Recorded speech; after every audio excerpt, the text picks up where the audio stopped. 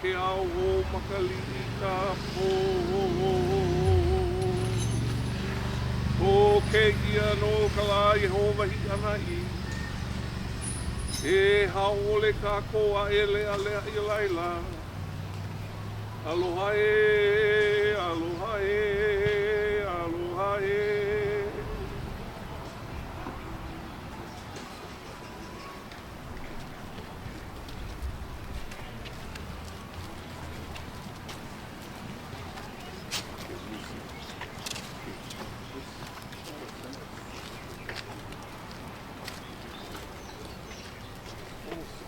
Semicircle. We're going to do a couple of things, everybody. I'm going to do a cleansing ceremony around this place, and a purification ceremony for the statue that's been repaired. And then we're all going to participate in bringing salt. Gandhi was the salt march guy. Right? And salt is we are the salt of the earth. Yeah? Okay. So here's a. Okay. Makainua o kamakua me ke keiki. You guys can stay right here. He uli he vai. He uli he vai. E kane me hane. Nehe ia I kalani.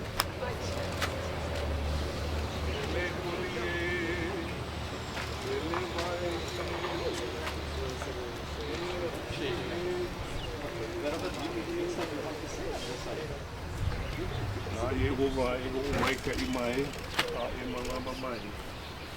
Na Yehova e kau mai ka malama, maka maluna I ho pohi. Aloha e, aloha e. Now we're bringing salt, which is symbolic of India. India's freedom, India's liberation. The salt march and salt is good. So Gandhi wanted all of us to be salty. But salt is also a cleansing ceremony in Hawaii for sacred places. So this is a sacred place now. There was some desecration, some misdeeds that were done here months ago. Well, now you get to bring salt too. With Raj Kumar will be holding salt. I'll hold it, everybody offer. Grab a handful of salt.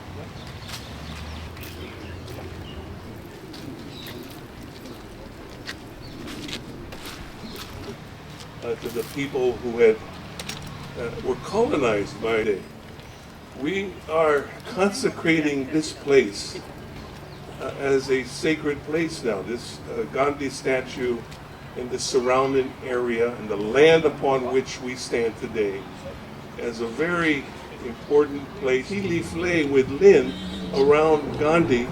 Tea leaf is a symbol of sacredness and protection for the statue.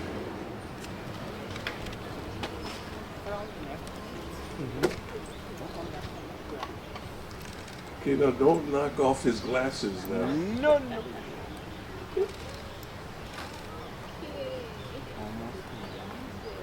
This is the biggest tea leaf lay in Hawaii right now. Yay, applause is appropriate.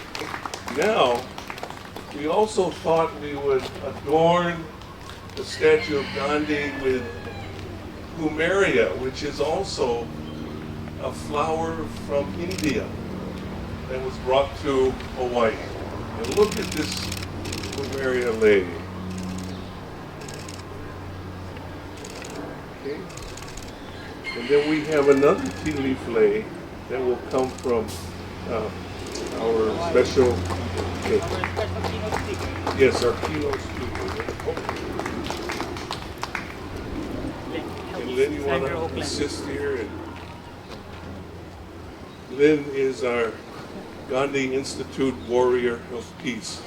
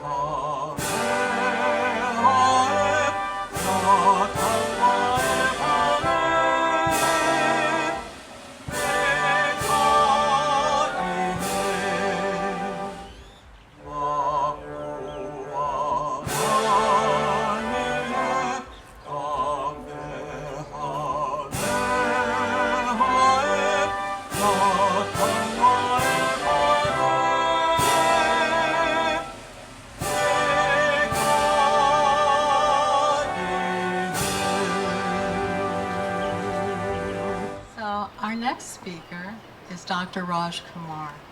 Dr. Kumar is the founder of the Gandhi International Institute for Peace in Hawaii, and he plans on releasing a new book on Mahatma Gandhi's titled Anger and Nonviolence, and that will be coming soon. He has also contributed several articles on faith, peace, nonviolence, and health in Hawaii's leading newspapers between 2005 and 2018. So let's put our hands together.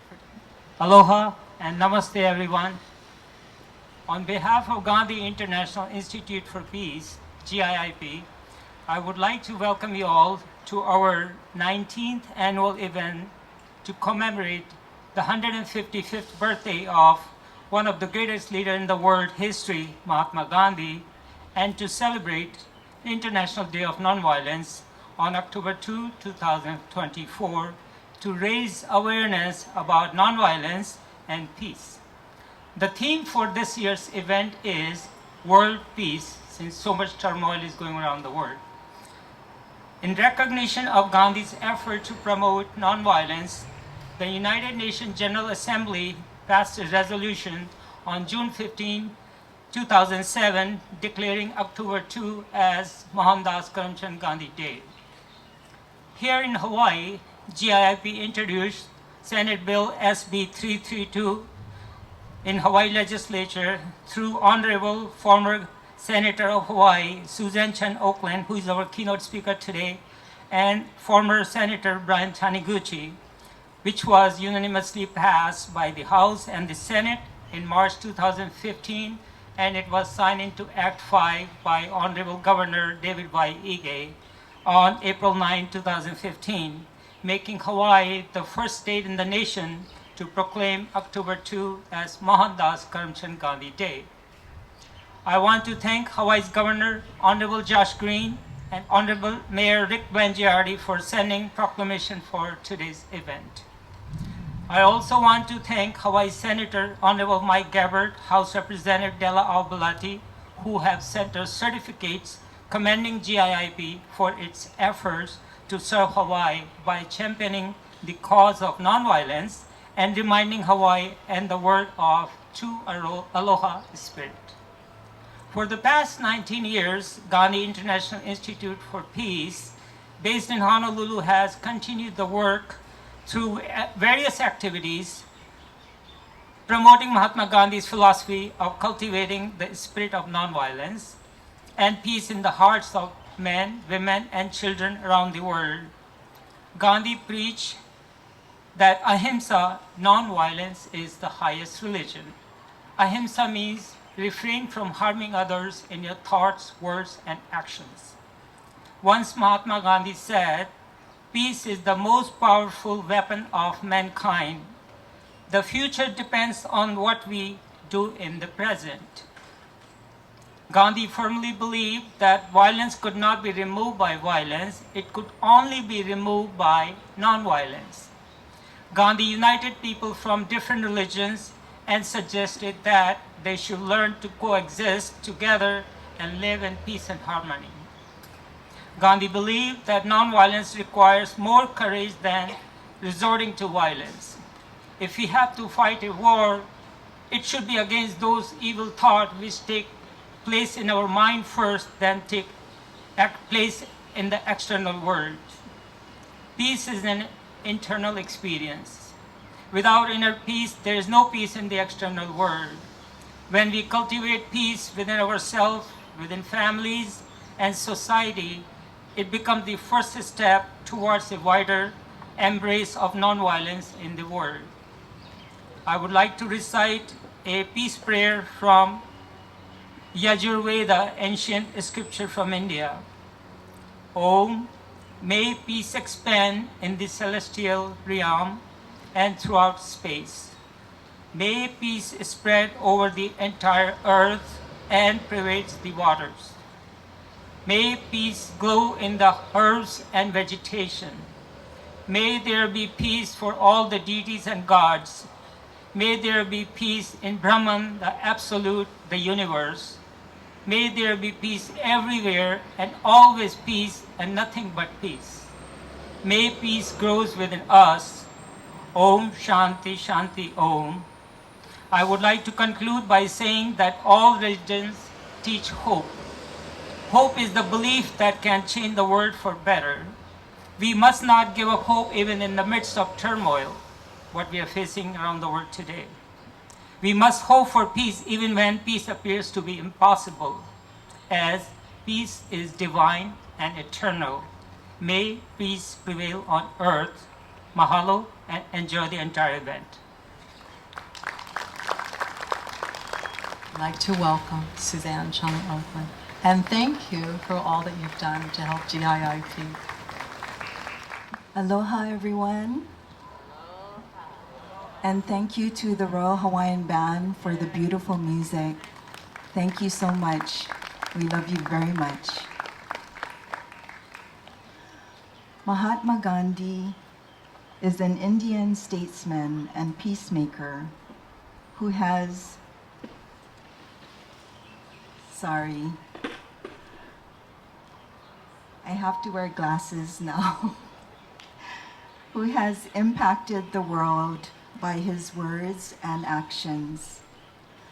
We gather today to celebrate his birthday and the values he held in high esteem and lived to foster peace, love, and cooperation. I thank Raj Kumar and many of you in the audience that have helped to designate October 2nd as Mahatma Gandhi Day in Hawaii many years ago, and for helping to remind us all of Gandhi's teachings and his life's work. We need to be vigilant and sincere and work together to build a world of harmony, understanding, friendship, and love. Every day we have the opportunity to make the world a better place to live. Our individual actions of kindness and caring towards one another make a difference each day. The quiet respect and friendship we extend to others with no expectation of anything in return contributes to a better world. Being dependable and nurturing adults for our babies, toddlers, children, and teens is essential to a more peaceful world. Young people need adults in their lives that they can trust, count on to provide guidance, and feel safe, accepted, and comfortable being around. Be that person. Live actively to make a positive difference in the lives of others. I know many of you lead such lives, and I thank you for embracing this responsibility. For those whom I'm meeting for the first time, mahalo for all that you do each day to foster cooperation, harmony, and world peace. Hawaii celebrates Children and Youth Day and month in October as well. We were the first state to designate this special time of the year for our young people. It is efforts like this that impact our community and the world in a broader way to foster respect, inspire peace, share love, and promote harmonious relationships. Please never give up. Live well. May peace be with all of you and your loved ones, and may we continue to honor Gandhi's legacy with our actions and words. Aloha. Ka'ili O'Connell Chas, thank you so much.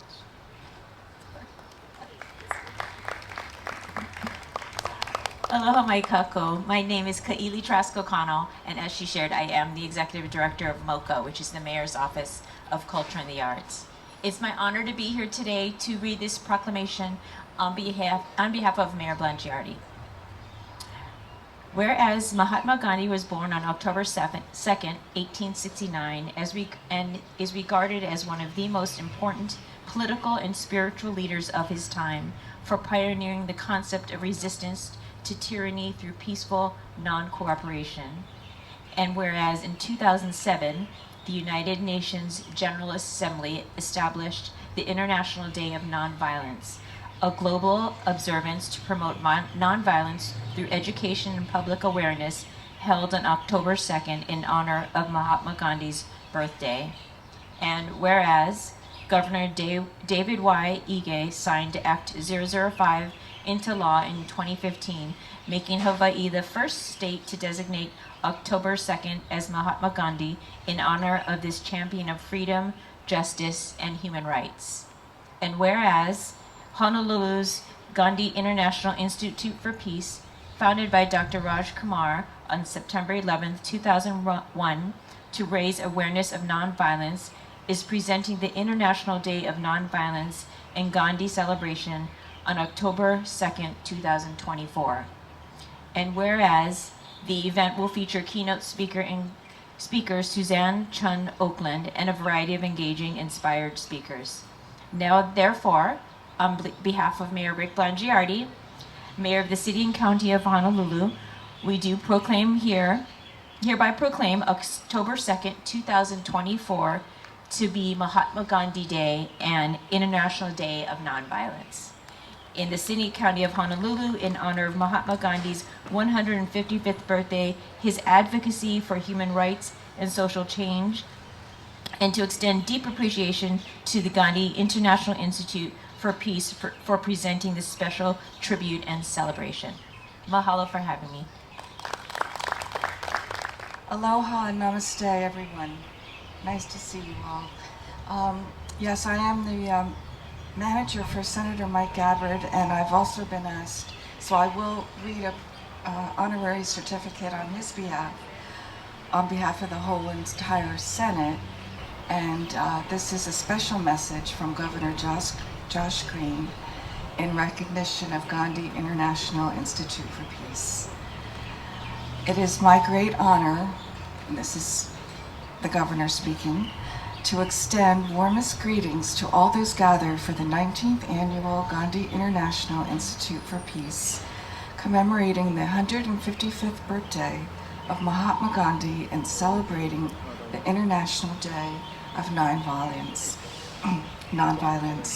This event serves as a profound reminder of the enduring legacy of Mahatma Gandhi, whose principles of peace, tolerance, and nonviolence continue to inspire people across the world. Mahatma Gandhi's unwavering commitment to justice and equality achieved through nonviolent resistance holds great significance, not only globally, but also here in Hawaii. His ideals resonate with our state's spirit of aloha, which embodies compassion, respect, and unity. Through his teachings, we are reminded of the power that nonviolence holds in creating positive change and resolving conflict. I commend the Gandhi International Institute of Peace for its ongoing dedication to promoting peace and understanding in our communities. Your efforts to keep Gandhi's legacy alive are more vital now than ever, as we strive to build a more harmonious and inclusive society. On behalf of the people of Hawaii, I extend my heartfelt gratitude to GIIP for hosting this important event and fostering dialogue on the transformative power of nonviolence. May the spirit of Mahatma Gandhi continue to guide us all toward a more peaceful and just world. Thank you from the governor. And then finally from Senator Mike Gabbard, on behalf of the Senate, Hawaii State Legislature. As has been said, October 2nd is Inspirational Day worldwide, and a day dedicated to peace, remembrance, nonviolence. It was originally established in the United Nations in 2007, and through a partnership with Dr. Raj Kumar and Senator Mike Gabbard, the Gandhi International Institute for Peace provided this legislation to make Hawaii the first state in the country to to declare October 2nd of each year as Mahatma Gandhi Day. So the Hawaii State Senate honors and commends the Gandhi International Institute for Peace upon the celebration of this 19th International Day of Nonviolence. Mahalo for providing information to resolve conflict in a nonviolent manner. It leads to harmony in family, in school, workplace, society, and inspires humanity to expand its consciousness to create peace on earth. And I'm just going to go ahead and close with a quote from Dr. Raj Kumar. We are living in an age of darkness, ignorance, and the world is going through major turmoil. This is the right time to raise awareness about Mahatma Gandhi's wisdom to counter violence with nonviolence, so there can be peace on earth and the future generations can live in a safer world. Mahalo nui loa. Thank you.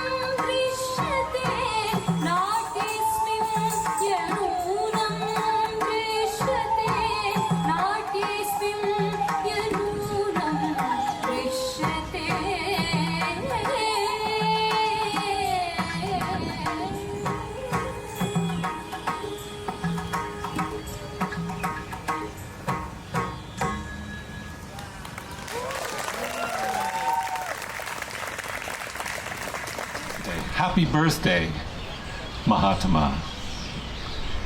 And I'm bringing some greetings from the Zhou Enlai Peace Institute. Now, Zhou Enlai is a peacemaker from China. And our co-founder of the Peace Institute is in Beijing right now. She was meeting with officials at the Foreign Ministry yesterday. And she sends specific greetings from the people of China to the people of Hawaii, to the people of America, to the Hawaiian people, with the understanding that unity, as far, as distant as it may seem at a moment, is inevitable. Unity actually exists always. It never goes anywhere. And it's up to us to find the unity. Now there's another word that I would like to have assistance. Ohana. That is family. But it's not just talking about blood family. We are Ohana. We are all connected. We are harmony of what that word with deep roots have. Yes. Thank you, Hadaheo. And let us remember that the life of a great man, Mahatma Gandhi, did not come from the sky somewhere. It came from the earth. His life came from a mother, from a father, from brothers, from sisters, from teachers, from people all over South Africa and India who guided him to understand his mission. And it came from deep inside, but it was nurtured by Ohana.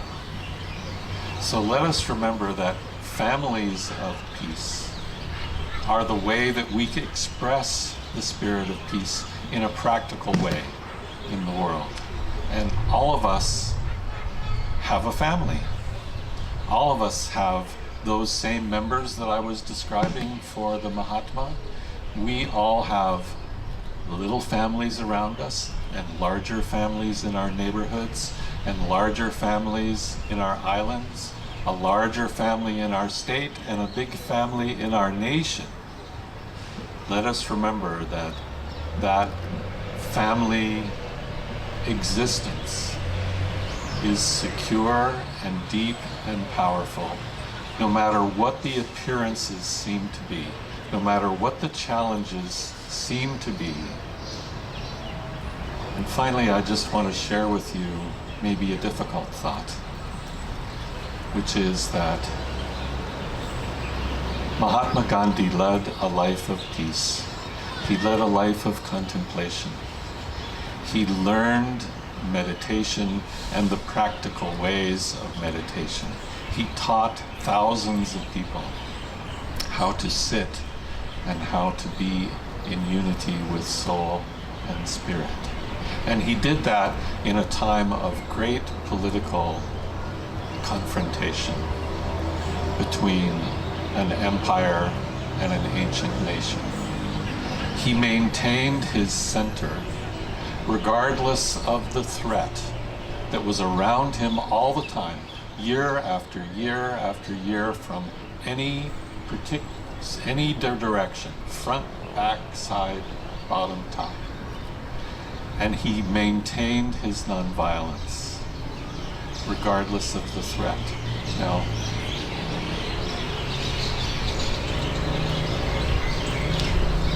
the Mahatma died of violence.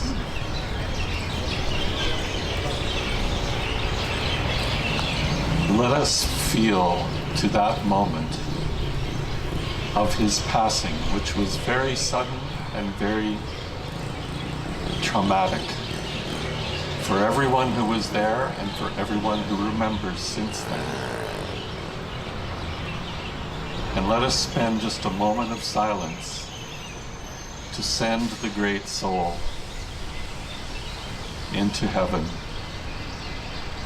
so that he can be here for all of us whenever he is needed as a witness for peace. Just a few moments for Mahatma.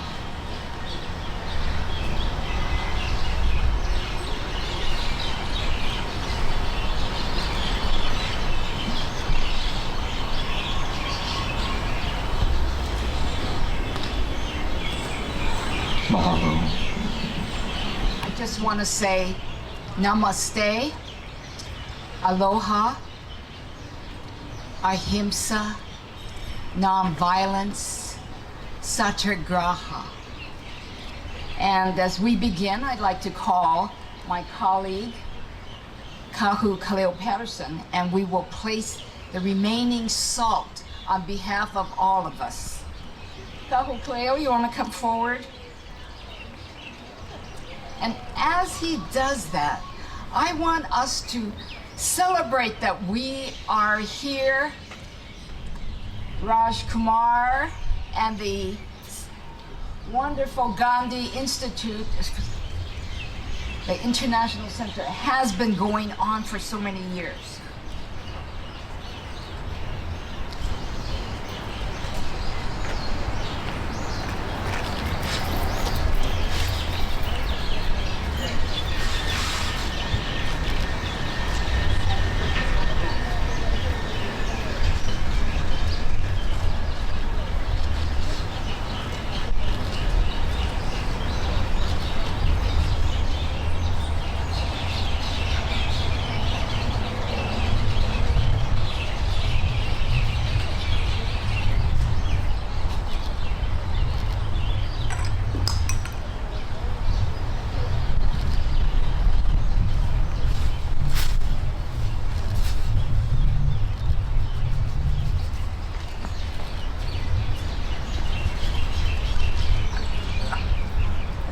Thank you, Kaleo.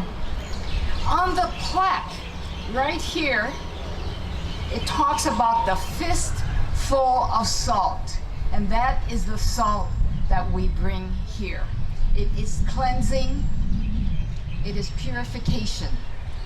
And as we celebrate Gandhi's birthday, this is the International Day of Nonviolence.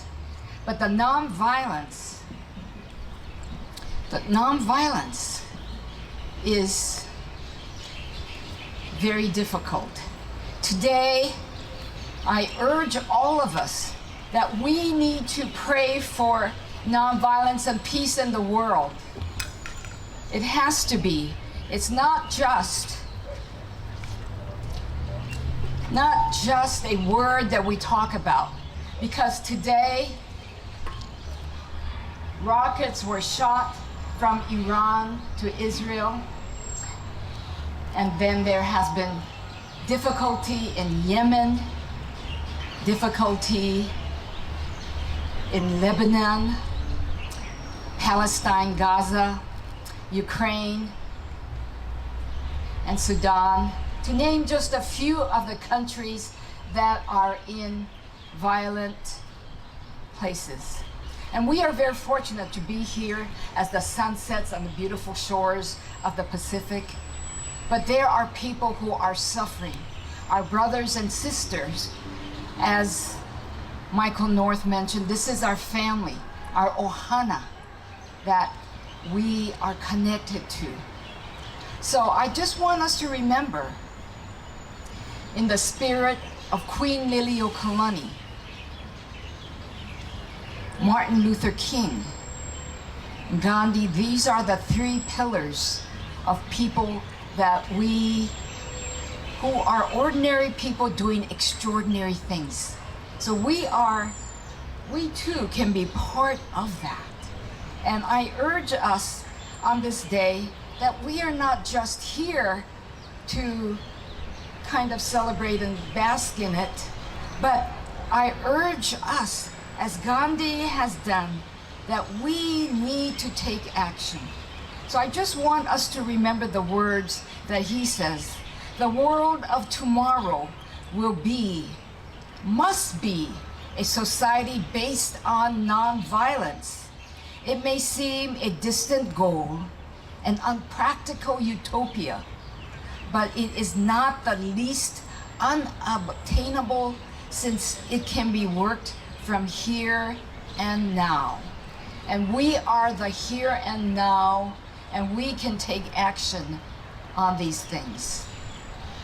So Kahukaleo and I are part of this organization that is called the Pacific Peace Center out at KPT, Cohio Park Terrace. We have declared with the people that this is a zone of peace and nonviolence. It is one of the most violent places on Oahu, and we have put signs up and have talked about making that a zone of peace. We have put up other signs to remind people that zones of peace do exist. And so this area right here is the zone of peace. This is the zone of peace of which you are all a part. So there is much to say, much to do, and I just want us to remember that we are part of this Campaign Nonviolence Action Days, which started with International Peace Day on September 21st and continues on to today. And then next week becomes the Interfaith International Prayer for Peace. And so in that spirit, let me close with a prayer set out by our brothers and sisters. So let us pray to all gods, to the God of peace, to the God of love, by whatever name one calls. God of mercy and justice, we yearn for the day when prophecy is fulfilled and weapons of war become tools of planting and harvesting goodness, the day when war is set aside and forgotten. We long for the day when your peace prevails, when all your children will enjoy the richness and fullness of life. Today we lament as that day is not yet here, and it seems a distant hope. We wait in hope, O God, grant us strength and courage to that task. So in the spirit of Gandhi, in the spirit of Liliuokalani, and in the spirit of Martin Luther King, and all the peacemakers of the world, past and present, and for you this day, let us commit ourselves to taking action, to be nice, kind, and loving one another in harmony. Aloha. I'm Marini and I'm 7 years old. I'm attending second grade at Waialae Elementary Public Charter School. I'm going to perform chant and dance for Shanti Mantra. The word Shanti in Indian language, Sanskrit, means peace. Please sit back and enjoy. Om Sarvesham Swastir Bhavatu Sarvesham Shantir Bhavatu Sarvesham Purnam Bhavatu Sarvesham Mangalam Bhavatu Om Sarve Bhavantu Suhinaha Sarve Santu Niramayaha Sarve Bhadrani Bhashyantu Ma Kashid Dukkha Bhat Bhavet Om Shanti Shanti Shanti hai.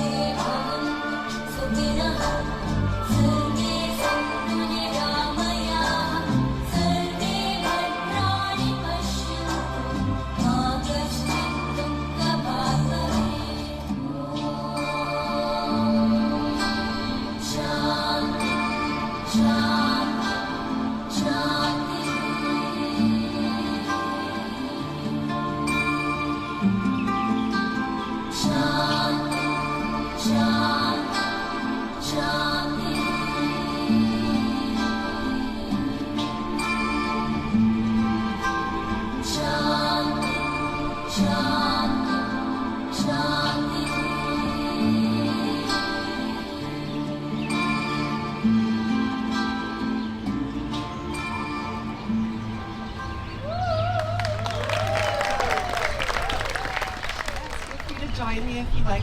Bring your palms to touch, maybe gaze up. Take a deep breath in.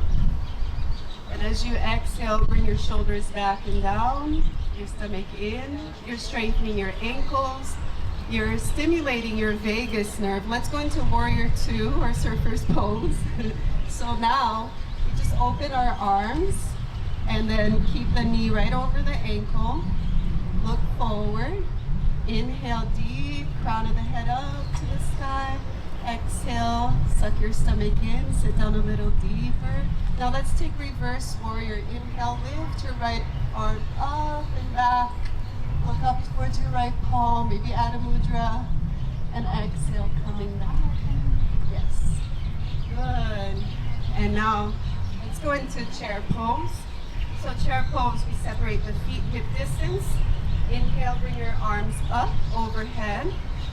Exhale, bend the knees and sit down like you're sitting on the chair. Bring all the weight to your heels, not to your knees, not to your toes. Weight is on your heels. Good. Inhale deep. Exhale. One more deep inhale. And exhale. Good. Inhale coming up. Bring your arms down. Let's practice tree pose. So tree pose, your toes and your heels touch. Align your hips. Bring your foot, sole of the foot, you can bring it up to the inner thigh, above or below the knee.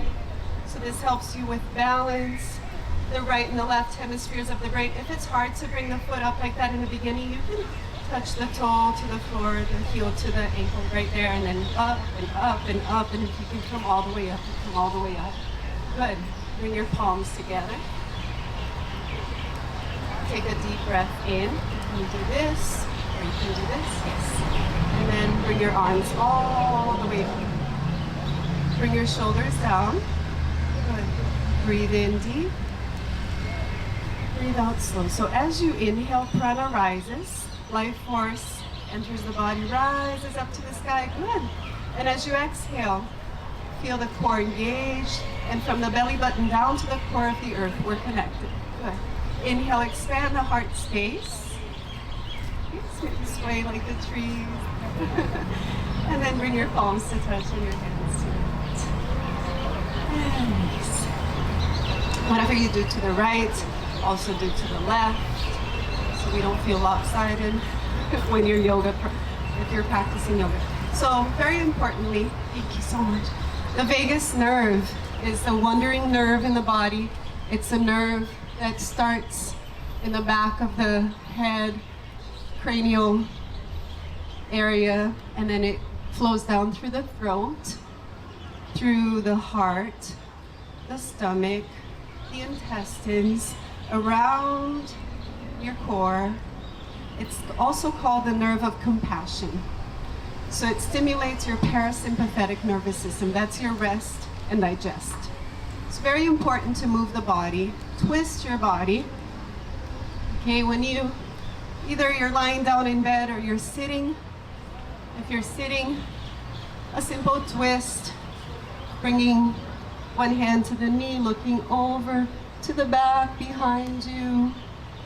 You're twisting, you're stimulating your vagus nerve, the nerve of compassion. Look back the other way, or just before you lie down, twist, just like that, okay? Very important to move your body. It's simple, it's necessary. The mind needs peace, moments of silence, moments of stillness, but the body needs movement. So let's continue to move the body and to find those moments of silence, the moments of peace. And cultivate peace, cultivate inner peace. Thank you so much for being here. We'll close with an Om together. Would you like to Om together? Yes. So the Om is very powerful. The vibration of Om, it helps to unify, bring alignment to your subconscious, conscious, and higher conscious mind. That's why we Om. It also, the vibration, the sound vibration, releases nitric oxide, which has a very calming effect. So let's Om together. Well, close your eyes. Exhale completely. Let the Om come out naturally.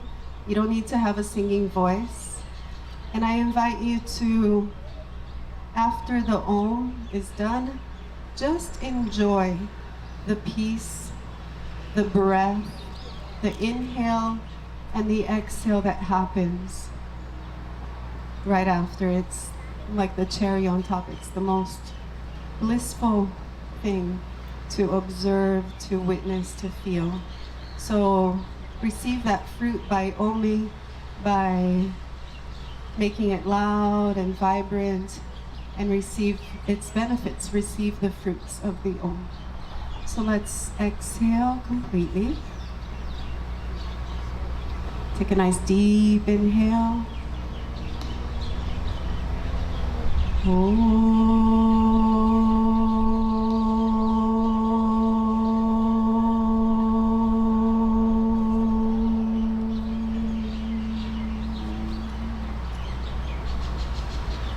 We'll do two more.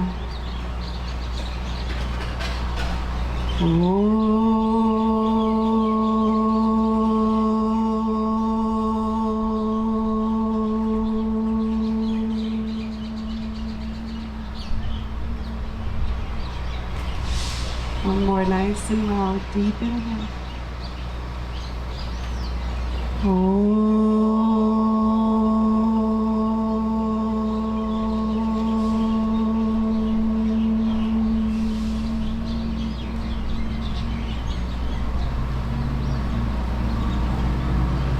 Enjoy the breath that follows.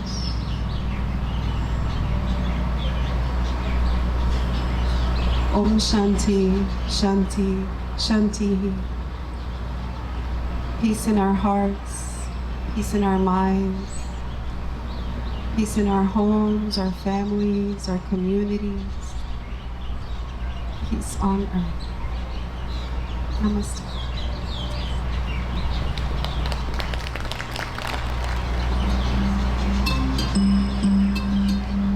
बापू की बातों का है केवल इतना सा, बापू की बातों का है केवल इतना सा, चले सच के राह तो तुम आप पे लग जाओगे पार, चले सच के राह तो तुम आप पे लग जाओगे पार।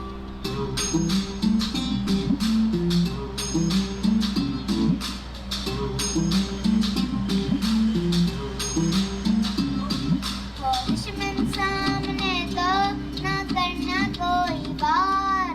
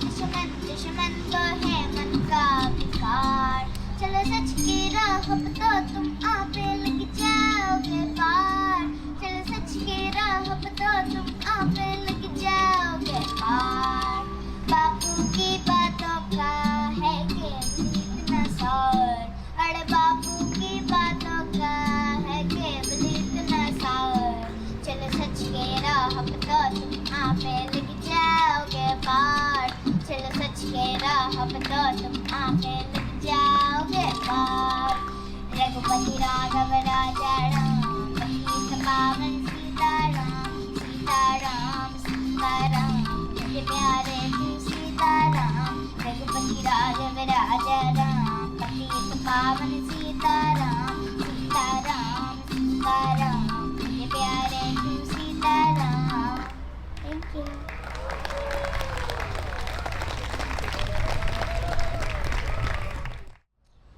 So our next presenter is Peter Greenhill.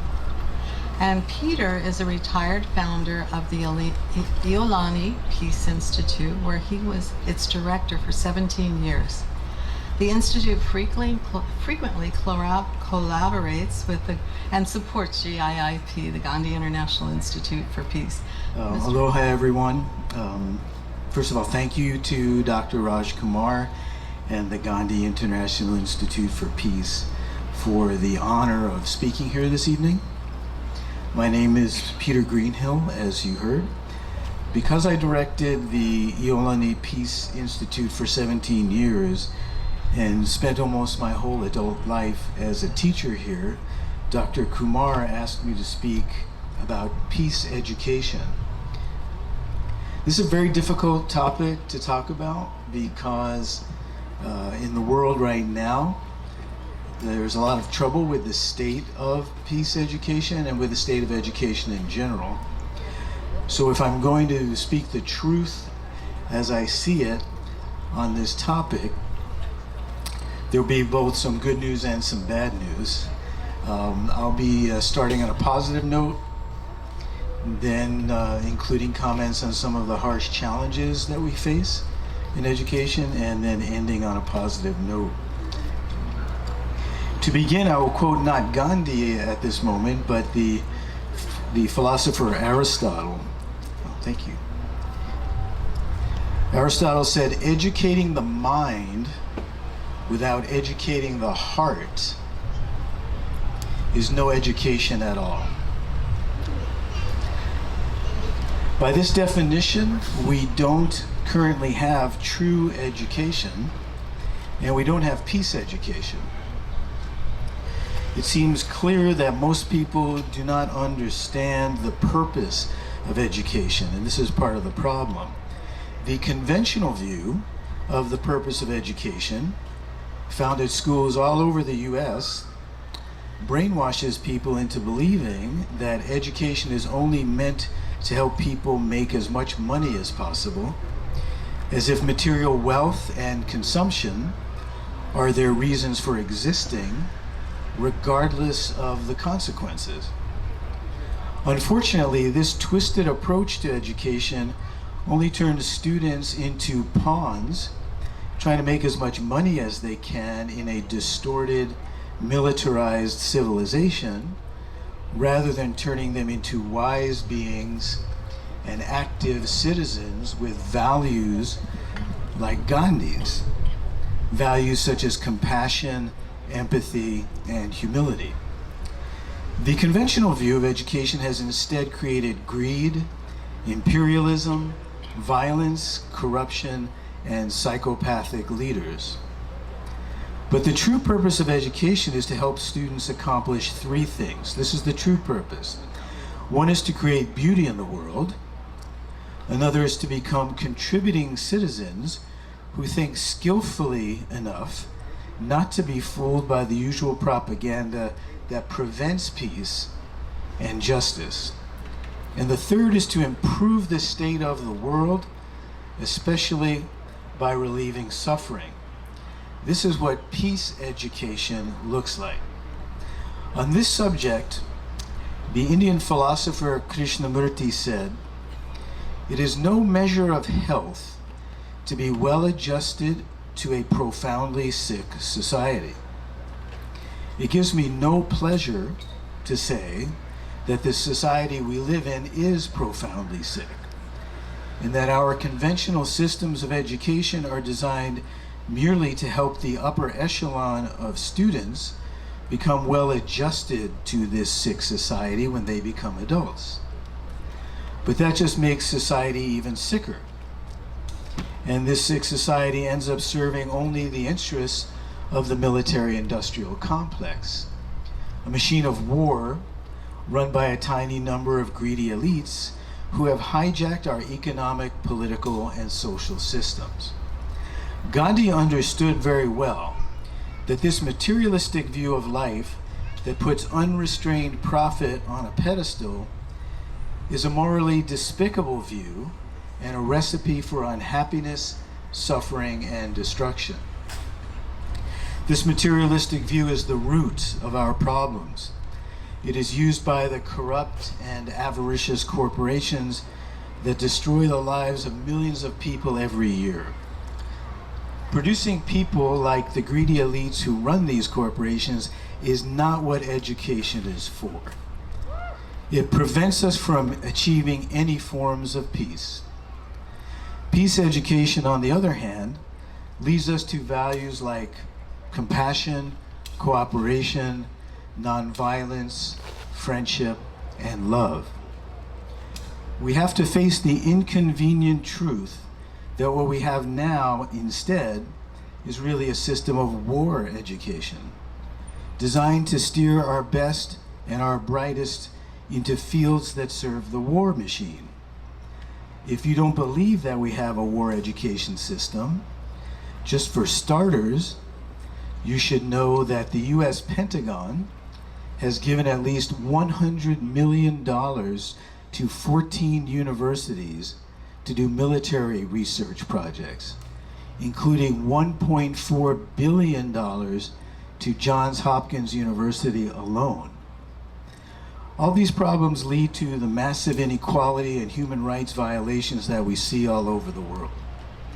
However, and here's the positive note to end on, there is hope.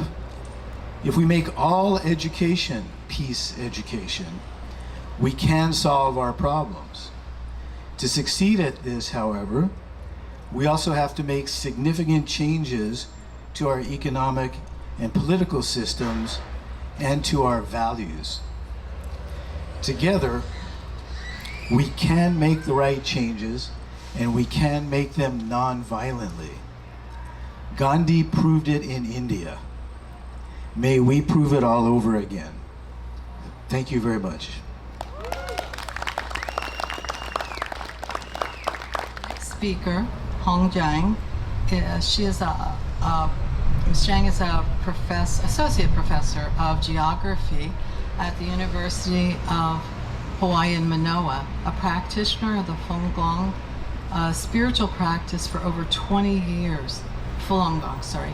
And she has been a force in the local community, spreading the message of peace, following Falun Gong principles of truthfulness, compassion, and tolerance. So I would like to welcome you now. Well, thank you.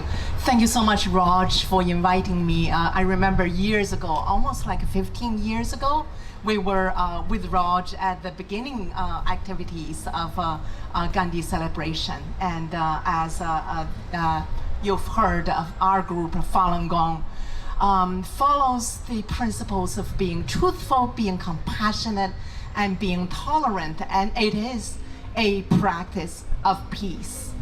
And we're basically fellow, travelers on the way to try to help ourselves and help the world to have a better world, have better peace, right?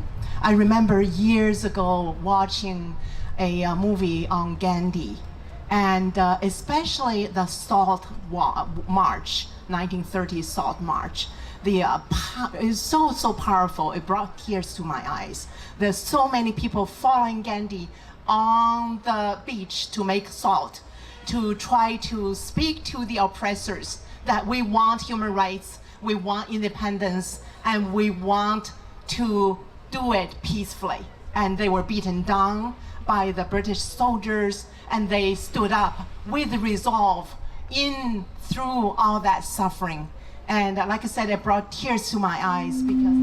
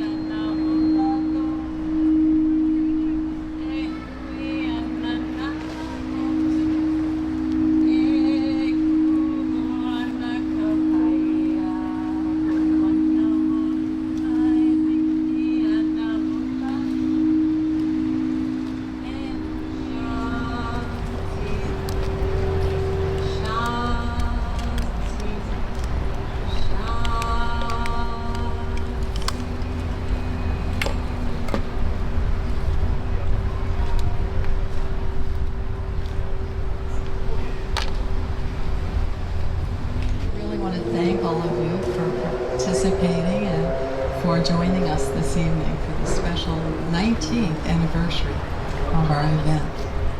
Aloha, ladies and gentlemen. Did you all enjoy our program? Please say yeah. We would like to take this opportunity to thank all our distinguished dignitaries, state and city leaders and officials, Royal Hawaiian Band, speakers, community leaders, all participants, Waikiki police officers, Department of Arts and Culture, Honolulu Zoo, Parks and Recreation Department of City and County of Honolulu, Honolulu Civil Beat, Honolulu Star Advertiser and Midweek newspaper agencies for their support for this event, and sculpture artist Kim Duffett for restoring Mahatma Gandhi statue this year. We would also like to thank GIP's board of directors and volunteers who worked tirelessly for the past 6 months to put this event together. We also want to extend our gratitude to you, the attendees and the viewers, without whom this event would not have been possible. Thanks for all your love and support to make this event a great success. We hope you all enjoyed and learned from today's event. We also hope that this event will make a difference in your life and in community. We all hope to see you next year on October 2nd. Mahalo. Namaste. Shukriya.